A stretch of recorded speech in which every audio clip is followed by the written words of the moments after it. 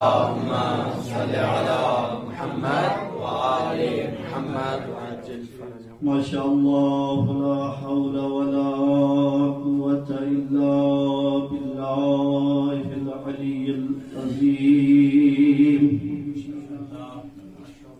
أعوذ بالله من الشيطان الرجيم. بسم الله الرحمن الرحيم.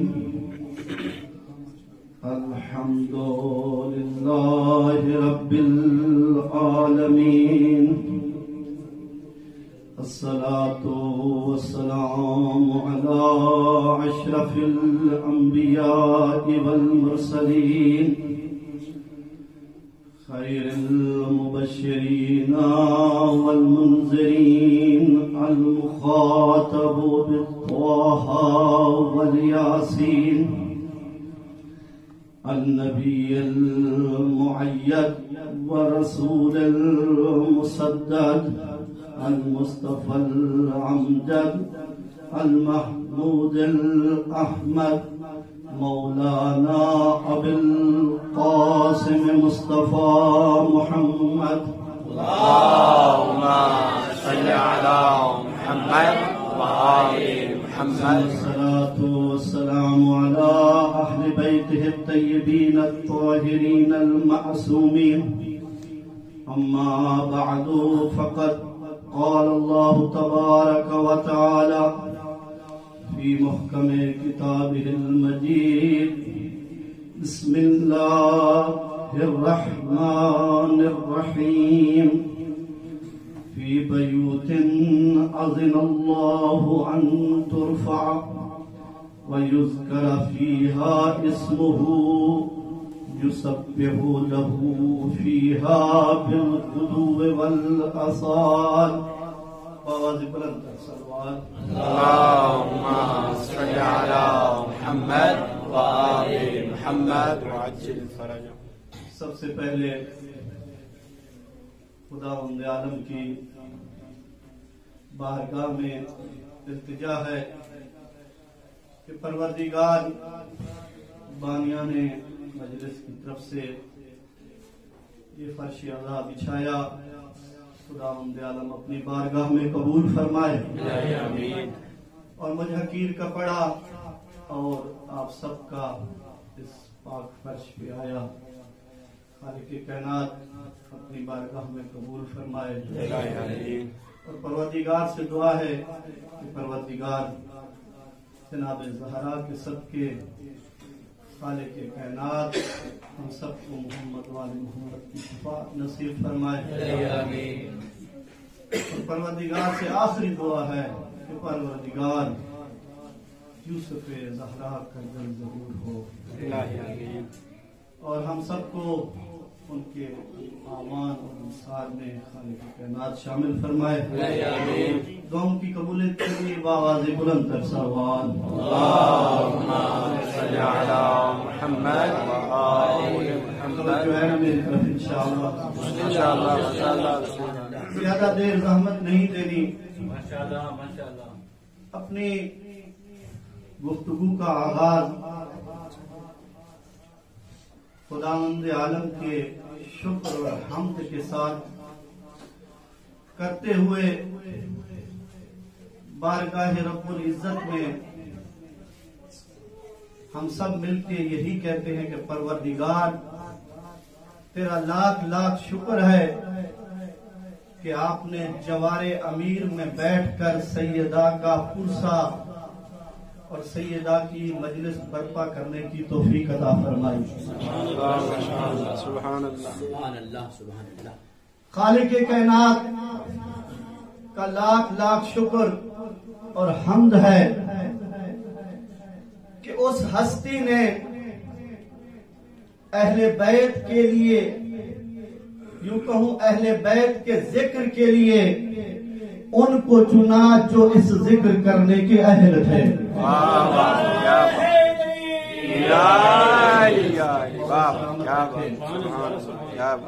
اب کوئی یہ کہے کہ یہ میرا اور آپ کا کمال ہے، یہ ہمارا کمال نہیں ہے، بلکہ اس ذات مقدسہ کا کمال ہے، بلکہ اس طاہرہ کا کمال ہے، بلکہ اس عابدہ کا کمال ہے، اس خدیجۃ الکبریٰ کی بیٹی کا کمال ہے، اس صدیقۃ الکبریٰ کا کمال ہے کہ جس نے کل اللہ کے ذکر کو بلند کیا، اللہ نے بھی کہا اے میری کنیز، اے خاتون جنت، میں بھی وعدہ کرتا ہوں ایک ایسی قوم کو پیدا کروں گا تو تا قیامت تیرے ذکر کو بلند کرتی رہے گی۔ کیا بات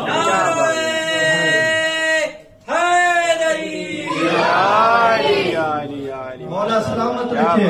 کیا بات، ماشاء اللہ۔ میں یوں کہوں کہ اگر آج آدم ہوتے تو سیدہ کا ذکر بلند کرتے، توجہ میری طرف ہو۔ کیا بات، کیا بات۔ حضرت نوح ہوتے تو سیدہ کا ذکر بلند کرتے، حضرت عیسیٰ ہوتے تو سیدہ کا ذکر بلند کرتے، حضرت یعقوب ہوتے تو سیدہ کا ذکر بلند کرتے، حضرت یوسف ہوتے تو سیدہ کا ذکر بلند کرتے، حضرت داؤد ہوتے تو سیدہ کا ذکر بلند کرتے۔ اب اس پاک نگری میں ایک جملہ کہنا چاہتا ہوں، مولا میرے اس جملے کو شرف قبولیت عطا فرمائیے گا۔ آدم سے لے کر خاتمی مرتبت تک جن کی عصمت اور ذکر کے قصیدے نبی اور ولی پر ہے، اسے بنت رسول کہتے ہیں، اور جو عصمت اور زہرا کے ذکر کا انکار کرے اسے گستاخ رسول کہتے ہیں۔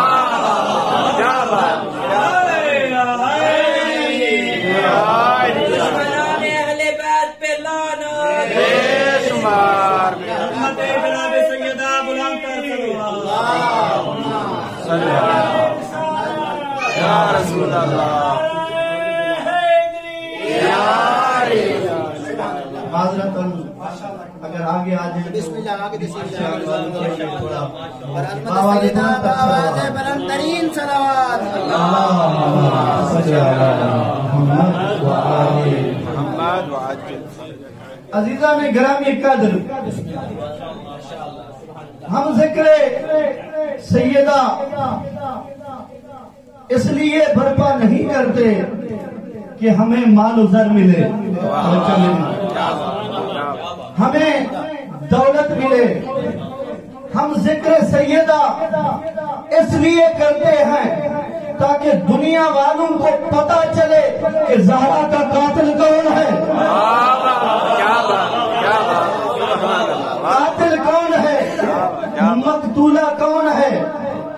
دیکھیے اگرچہ لکھنے والا بہت غلط ہے، لیکن اس نے ایک بہترین بات لکھی۔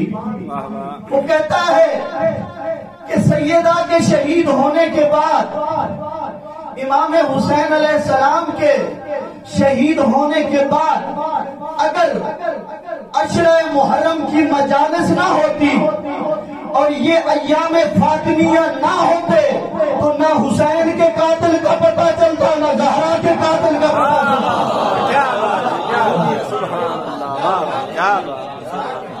ہم ذکر سیدہ اس لیے نہیں کرتے کہ ہمیں مال و زر ملے، دولت ملے، اولاد ملے۔ ہم ذکر سیدہ اس لیے نہیں کرتے کہ درباروں سے ہمیں انعامات ملیں، حکمرانوں سے پیسے ملیں۔ میں کہا کرتا ہوں اس دور میں بھی خطیب بک جاتے تھے، اس دور میں بھی بک رہے ہیں۔ میں کہتا ہوں کہ منبر حسین پر بیٹھ کر اپنے آپ کو بیچنا، صحیح طریقے سے حق زہرا کو بیان کر۔ کیا بات، کیا بات۔ تو ہم ذکر سیدہ اس لیے نہیں کرتے کہ ہمیں درباروں سے انعامات ملیں، اور کمیل نے یہی وجہ تھی ہم لوگوں کو بتانے کے لیے بتایا کہ اے ابوالحسن، کاش آپ کے پاس بھی ایک دربار ہوتا. توجہ میری طرف. کاش آپ کا بھی ایک دربار ہوتا. ہم وہاں بیٹھ کر قسم قسم کے کھانے کھاتے, انعامات حاصل کرتے. لیکن خدا کی قسم, جیسے ہی کمیل نے یہ کہا, میں مولا کے جملے پر قربان جاؤں, میرے مولا کہتے ہیں کہ کمیل, اللہ دربار پسند نہیں ہے. اللہ دربار کو پسند نہیں کرتا. اگر اللہ دربار کو پسند کرتا تو نمرود کے مقابلے میں حضرت ابراہیم کو دربار عطا کرتا, فرعون کے مقابلے میں موسیٰ کو دربار عطا کرتا. کمیل, ہم دربار پسند نہیں ہیں لیکن درباروں کو فتح ضرور کرتے ہیں.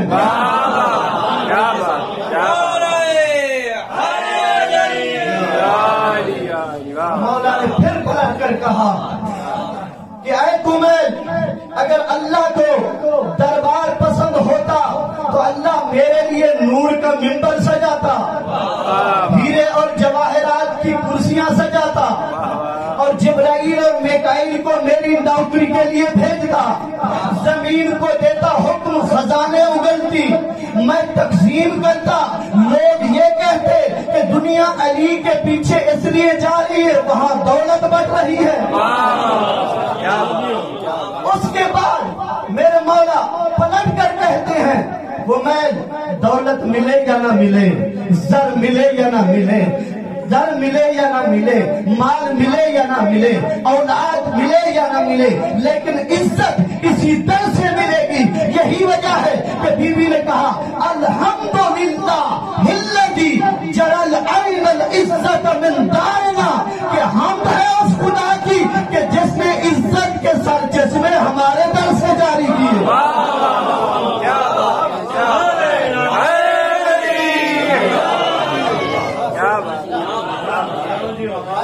عزت آپ آواز بلند ترین صلوات.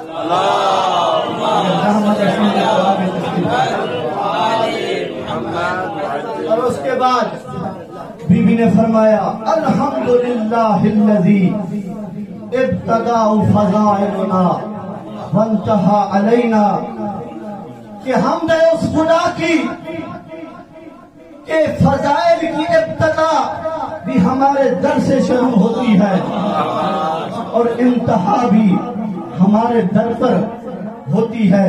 میں یوں کہوں کہ یہ وہ در ہے, علم اس در سے شروع ہوا, اس در پر ختم ہوا. توجہ میری طرف ہو.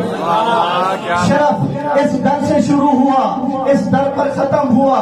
کرم اس در سے شروع ہوا, اس در پر ختم ہوا. سخاوت اس در سے شروع ہوئی, اس در پہ ختم ہوئی. شجاعت اس در سے شروع ہوئی, اسی در پر ختم ہوئی. میں کہتا ہوں شاید مولا نے یہ کہا ہوگا, کمیل, جو تم مانگ رہے تھے وہ تمہیں پستیوں کی طرف لے جائیں گے, جو ہمارے در سے ملے گا وہ تجھے بلندی عطا کرے گی.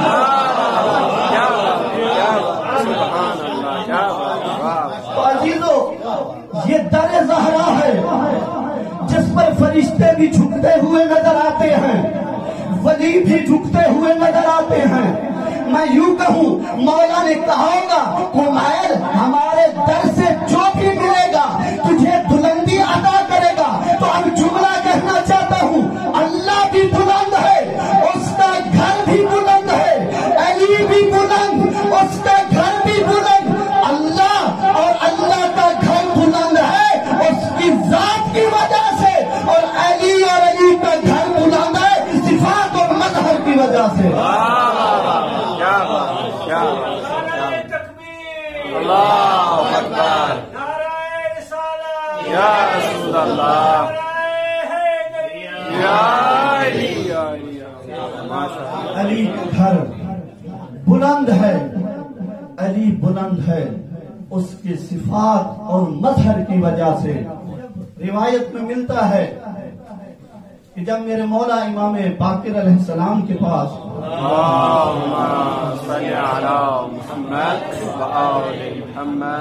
بصرہ کا ایک فقیہ آیا اور دوران گفتگو کسی مسئلے پر بحث ہو رہی تھی, گفتگو کرتے کرتے اس فقی کا لہجہ تلخ ہوا اور بلند آواز سے بولنے لگا تو امام نے فرمایا کہ اے فقی تم جانتے ہو کہ کس گھر میں بیٹھے ہو؟ تم جانتے ہو کہ تم کس گھر میں بیٹھے ہو؟ اور اس کے بعد مولا نے اس آیت کی تلاوت فرمائی فی بیوت اذن اللہ ان ترفع ویذکر فیہا اسمہ، کہ یہ مشکات ان گھروں میں ہے. بعد نے چراغ سے تفسیر کی ہے، لیکن شیخ محسن نجفی نے اس آیت کا ترجمہ کرتے ہوئے تفسیر بیان کرتے ہوئے متعلق مشکات کو بنایا ہے جو کہ پچھلی آیت میں مذکور ہے. فرمایا یہ مشکات ان گھروں میں ہے کہ جن کے بارے میں اللہ نے یہ حکم دیا ہے کہ ان گھروں کی بلندی کا اعتراف کیا جائے. عزیزو آپ مجھ سے بہتر جانتے ہیں مشکات کے بارے میں جب پوچھا گیا ہے، میرے مولا آقا جب امام موسیٰ کاظم علیہ السلام سے پوچھا گیا سرکار مسلو نورہی کا مشکاتن، اس آیت میں جو لفظ مشکات ہے اس سے کیا مراد ہے؟ تو اس وقت سرکار مسکرا کر کہتے ہیں کہ مشکات سے مراد میری جدہ فاطمہ زہرا ہے. تو اب میں ترجمہ یوں کروں تو مبالغہ نہ ہوگا کہ یہ فاطمہ ان گھروں میں ہے کہ جن کے بارے میں اللہ نے یہ حکم دیا ہے کہ ان گھروں کی بلندی کا اعتراف کیا جائے. اگرچہ بالعموم انبیاء کی طرف بھی اشارہ ہے، ان سے روایت ہے، اس کو 4 مفکر مصنف یوں کہوں مفسر قرآن ابنائے عامہ کے اس روایت کو نقل کرتے ہیں. تفسیر در منصور کشاف جلال الدین سیوطی وہ کہتے ہیں ان سے روایت ہے کہ جب رسول خدا نے اس آیت کی تلاوت فرمائی تو ایک شخص کھڑا ہوا، فرمایا سرکار اللہ جن گھروں کے بارے میں یہ کہہ رہا ہے کہ یہ گھر بلند ہیں اور اس میں اللہ کا ذکر اور تسبیح صبح شام ہوتی ہے، تو ان گھروں سے کیا مراد ہے؟ تو سرکار نے فرمایا یہ بیوت الانبیاء، کہ یہ انبیاء کے گھر ہیں. توجہ میری طرف ہے کہ یہ انبیاء کے گھر ہیں. اب محقق سنی مفسر سنی لکھتا ہے جب یہ شخص چلا گیا، توجہ میری طرف ہو، جب یہ شخص چلا گیا تو خلیفہ اول حضرت علی اور زہرا کے گھر کی طرف اشارہ کر کے کہتا ہے کہ یا رسول اللہ کیا یہ بھی گھر ان گھروں میں سے ہے؟ تو اس وقت رسول خدا نے فرمایا نام بل ہی بیوت من افاضلها، کہ زہرا اور علی کا گھر انبیاء کے گھروں سے افضل ہے.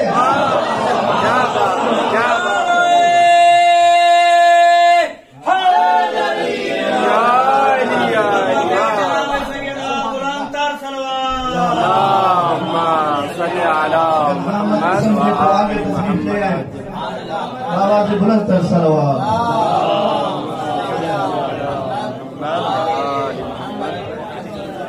عزیزان گرامی قدر،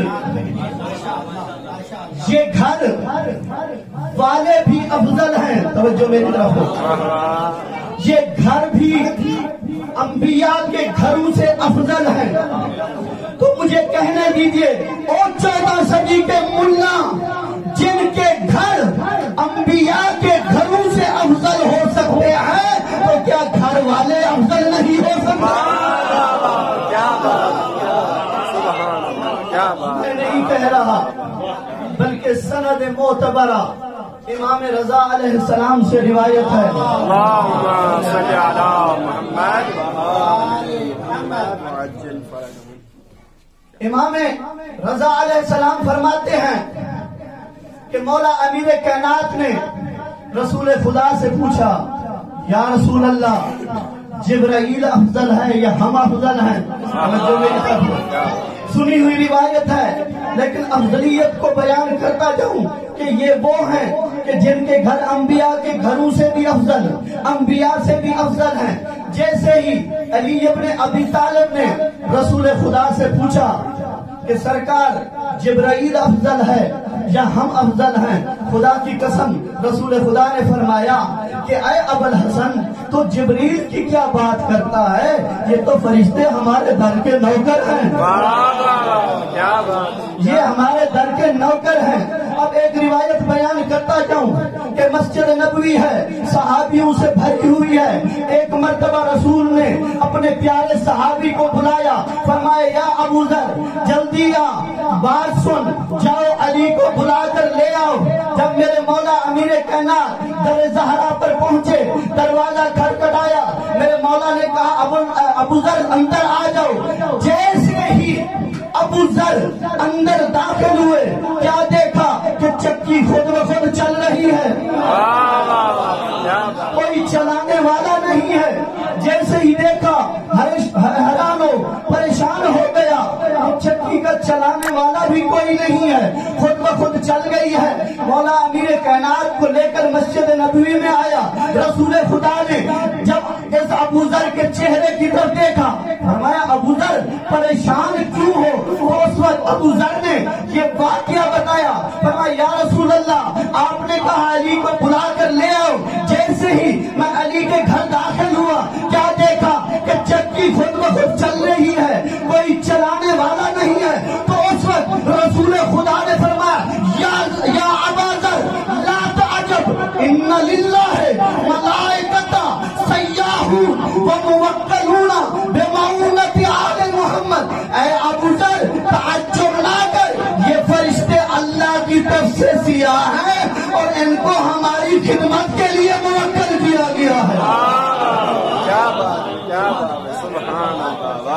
فرمایا کہ اے ابوالحسن یہ فرشتے تو ہمارے در کے نوکر ہیں، میں یوں کہوں سب سے بڑا فرشتہ میں کہا کرتا ہوں، ارے جس کو در زہرا کی نوکری مل جائے تو اس کو تو فخر کرنا چاہیے۔ جبرائیل جیسا فرشتہ فخر کر کے کہتا ہے کہ الحمدللہ الذی جعلنا خدام آل محمد، کہ حمد ہے اس خدا کی کہ جس نے ہمیں آل محمد کا نوکر بنایا۔ جبرائیل جیسا فرشتہ بھی فخر کرتے ہوئے نظر آتا ہے۔ اور اس کے بعد بعض روایت میں ملتا ہے کہ اے ابوالحسن یہ فرشتے نوکر ہیں اور تیرے لیے اور تیرے شیعوں کے لیے دعا کرتے ہیں، جیسا کہ روایت میں ہے رسول خدا نے فرمایا یا ابا ذر ان اللہ تعالی جعل فی کل رکن من ارکان عرشہ 70,000 ملک۔ اے ابو ذر اللہ نے عرش کے ہر کونے کونے میں 70,000 ملائکہ کو خلق کیا ہے۔ اب سوال یہ ہے کہ یہ 70,000 ملائکہ کیا کرتے ہیں؟ تسبیح کرتے ہیں، تحلیل کرتے ہیں۔ رسول خدا فرماتا ہے لیس لہ تسبیح ولا عبادہ بل الدعاء لعلی ولشیعتہ، نہ یہ تسبیح کرتے ہیں نہ تحلیل کرتے ہیں بلکہ علی اور علی کے شیعوں کے لیے دعا کرتے ہیں۔ اس کے بعد رسول خدا فرماتے ہیں کہ اے ابوالحسن ہم انبیاء سے افضل ہیں اور باقی انبیاء فرشتوں سے افضل ہیں۔ اور اس کے بعد رسول خدا اپنی افضلیت کی دلیل کو یوں بیان کرتے ہیں، اور امام باقر سے بھی روایت ہے، فرماتے ہیں امام باقر اے جابر نہ زمین تھا نہ چاند تھا نہ سورج تھا، کچھ نہ تھا، ہم تھے اور ہمارا خدا تھا۔ پھر اللہ نے اپنے نور سے ہمارے نور کو اس طرح جدا کیا ہے جس طرح سورج سے شعاع نکلتی ہے۔ جو میری طرف ہو، جس طرح سورج سے شعاع نکلتی ہے تو ماشاءاللہ فضلا کا مجمع ہے۔ اپنی دلیل دیتا جاؤں، سورج نہ شعاع ہے نہ شعاع سے جدا ہے، اسی طرح آل محمد نہ خدا ہے نہ خدا سے جدا ہے۔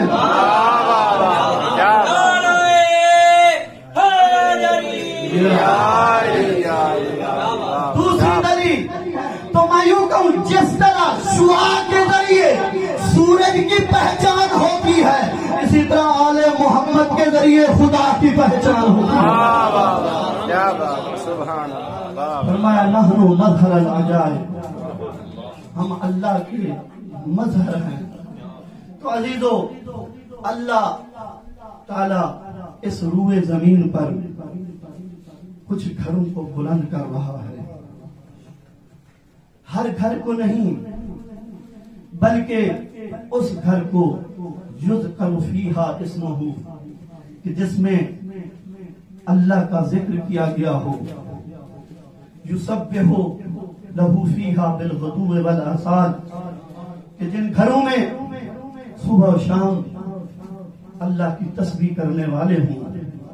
تو پتہ چلا کہ وہ گھر ہے کہ جس میں ذکر خدا ہو. اب ظاہراً دنیا یہ دیکھتی ہے کہ یہ گھر کتنا بلند ہے ماشاءاللہ کتنا مضبوط ہے.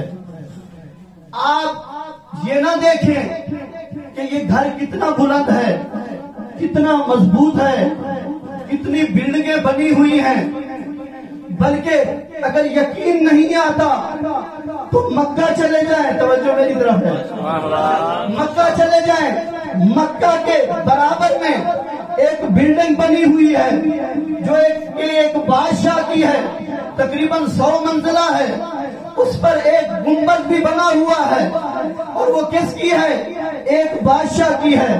تو وہاں پر کسی عالم دین نے مسلمانوں سے پوچھا کہ یہ بتاؤ کہ یہ بلڈنگ بلند ہے یا بیت اللہ بلند ہے.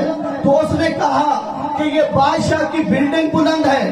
جیسے ہی اس نے کہا تو اس عالم کے ساتھ ایک ملنگ بھی تھا. جیسے ہی اس نے کہا نا کہ بلڈنگ بلند ہے تو وہ ملنگ مسکرا کر کہتا ہے ضرور بلڈنگ بلند ہے یا ضرور یہ متقی ہوگا بادشاہ پرہیزگار ہوگا لیکن اس کی طرف ہم سجدہ نہیں کرتے بلکہ سجدہ اس میں کرتے ہیں جس میں علی پیدا ہوا. کیا بات کیا بات سبحان اللہ. یہ ملنگانہ جواب تھا. کیا بات کیا بات. اس کے بعد ہمارے عالم دین کہتے ہیں کہ کیا تو اس کی طرف سجدہ کر سکتا ہے. تو وہ کہتا ہے استغفر اللہ کیسے سجدہ ہو سکتا ہے. تو عالم دین نے کہا تم نے نہیں کہا یہ بلند ہے. کہا بلند ہے لیکن جو اللہ کے نزدیک بلند ہے وہ یہ بیت اللہ ہے جس میں اللہ کا ذکر کیا جائے وہ بلند ہے. جس میں اللہ کی تسبیح پڑھی جائے وہ بلند ہے.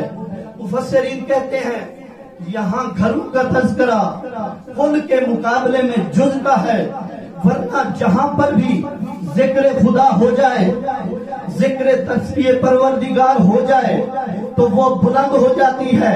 اب میں آپ کی سماعت کو دیکھنا چاہتا ہوں مفسرین نے کیا لکھا کہ جہاں جہاں پر ذکر خدا ہو وہ جگہ اللہ کا گھر بن جاتا ہے وہ بلند ہو جاتا ہے. تو اب مجھے کہنے دیجئے اگرچہ یہ ذکر کسی چادر کے نیچے کیوں نہ ہو تو وہ چادر نہیں رہتی بلکہ گھر بن جاتی ہے. یہی وجہ ہے کہ گھر والوں کو اہل بیت نہیں کہا بلکہ چادر والوں کو اہل بیت کہا ہے.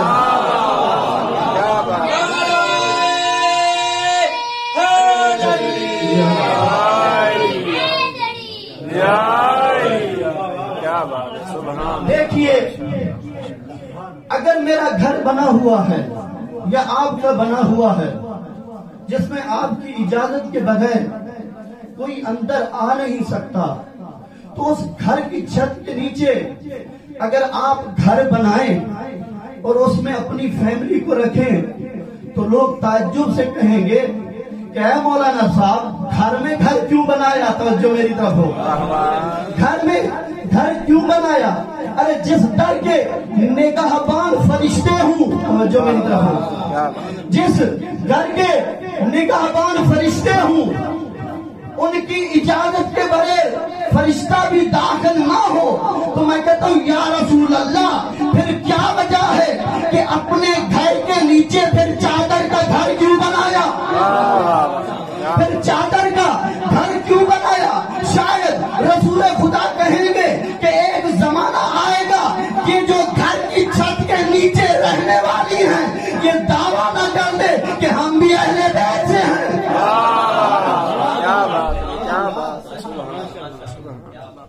اب سوال یہ ہے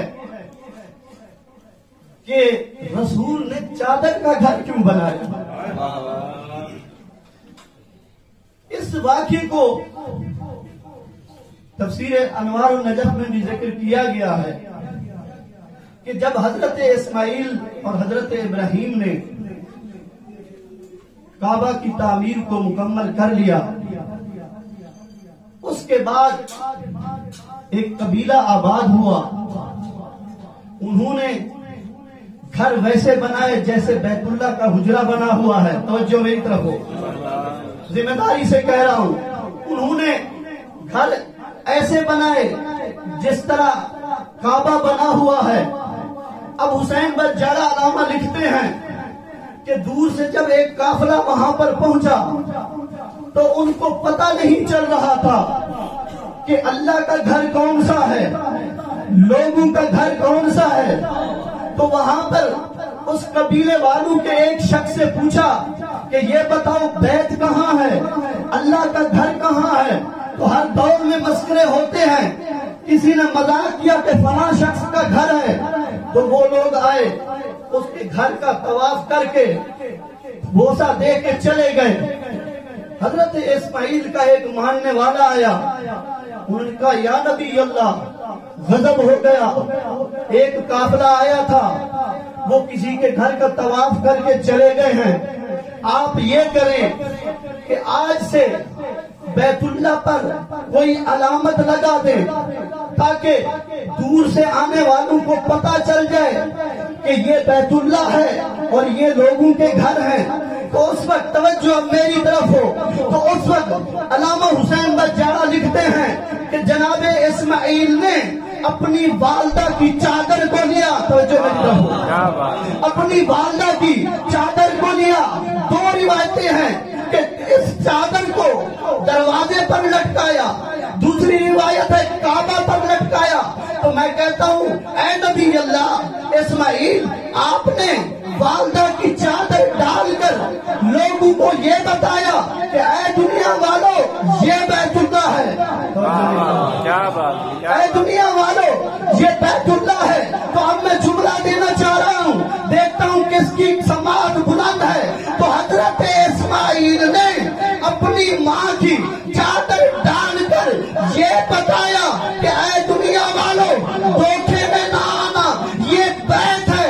اسی طرح رسول نے زہرا کی چادر ڈال کر بتایا کہ اے دنیا والوں دھوکے میں نہ آنا، یہ اہل بیت ہے۔